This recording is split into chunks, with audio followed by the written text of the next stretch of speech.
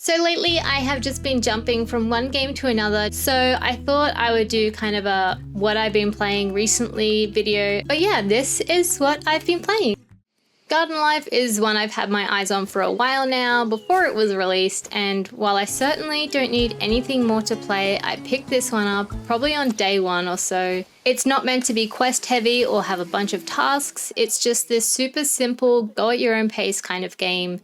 The idea is that you've taken over this community garden that has been neglected for quite a while. So you'll get some seeds and you just start planting.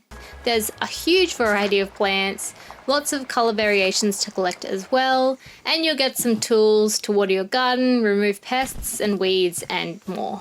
There's a local shopping area where you can purchase decorations and seeds, and you can also craft some things with items you collect around your garden. Your biggest kind of motivator or thing that moves you forward, I guess, here is flower requests. You'll get various requests in the mail each day where you need to grow and prune flowers to collect what that person needs. And that's pretty much it. It was perfect in the time where I was just after a really relaxing, simple, no-think kind of game, but it probably didn't take me long to get bored. So if you're after that kind of easy, no-think, repeatable kind of gameplay, then definitely, yes, pick this one up. It is so relaxing. But if you're after something that's a bit more like quest heavy and is kind of pushing you or motivating you to move forward, I would probably give this one a miss. Dragon's Dogma 2. Where do I even start? So I did already post a review of this game, and let's just say my opinions didn't quite match a lot of other opinions of people that have loved the game.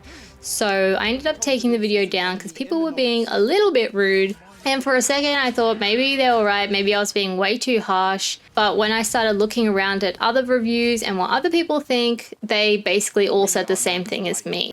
So I think there's kind of either you absolutely love this game or you aren't impressed by it. Like, I'm not sure if there's a middle here.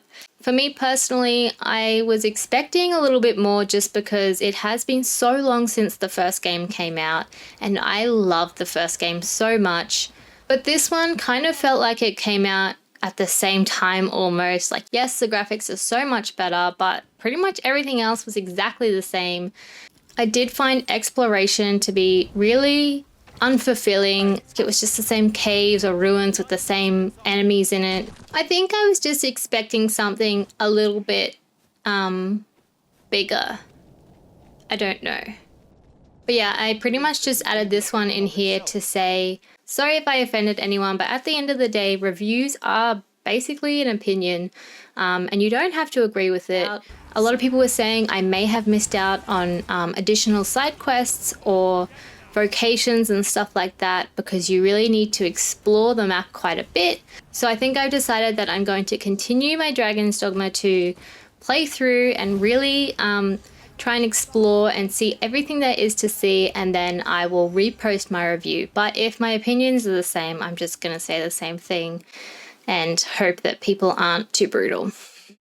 Pathless Woods is another game that I have played a little bit of. I actually got a review code for this one, so thank you very much to the team that provided that for me. That was very, very nice of you.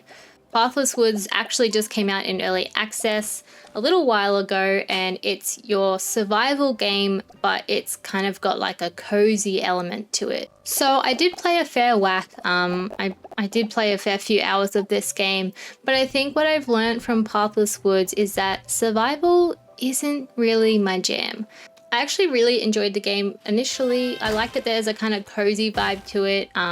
Like, yeah, there's still combat and stuff like that, but I mean, at least visually it appealed to me a lot. This game is incredibly crafting heavy, which is awesome. Like, you could go absolutely insane with the amount of crafting and objects there is here. And I'm sure people will go absolutely bonkers with it and make some really, really cool creations.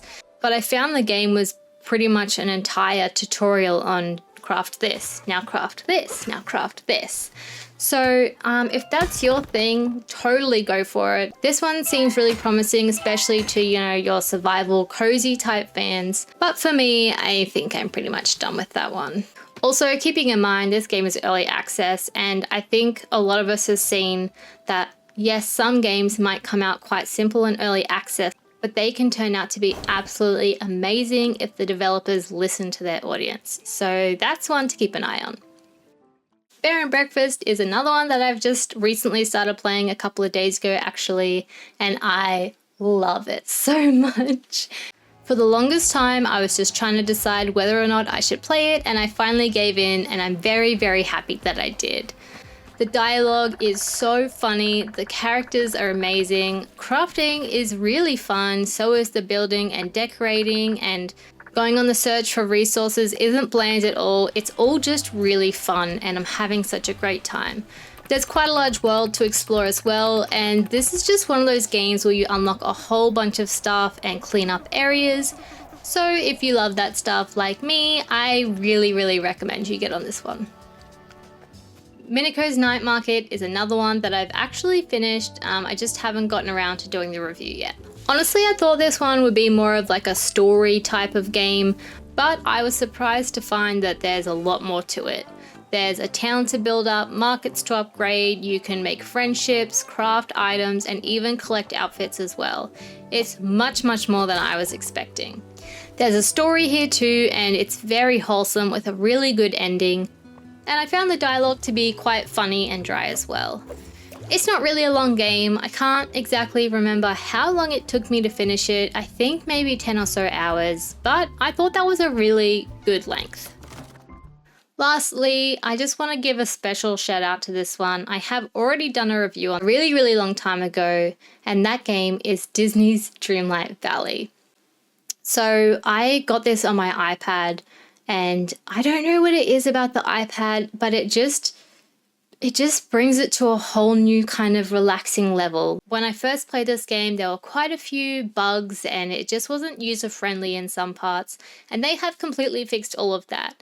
Adding to that, they have so many more new characters, and they've also got an expansion story which I got for free, as well as the game because I'm subscribed to Apple Arcade. There's just so much content at the moment. Like, I probably played it for a good 2 to 3 hours every single day for like 2 weeks. I got really hardcore obsessed. So, and I'm nowhere near done. And then add to that you can obviously see that there's just so much more content to be added. Wow. It's turning out to be really up there with some of my favorite farming games. Also, I'm really obsessed with some of the new characters that I've gotten. Woody from Toy Story. I'm not really a Toy Story fan. Woody does this thing where he drops to the floor and like plays dead on the ground, kind of like, you know, he's a toy and he doesn't want people to know that he's moving, and it's just so funny. Like, you'll just be walking around and Woody will be there like dead on the ground. So yeah, there's plenty of reviews on their way. I just need to find time to do it all. So thank you so much for watching, and I will see you in the next video. Bye!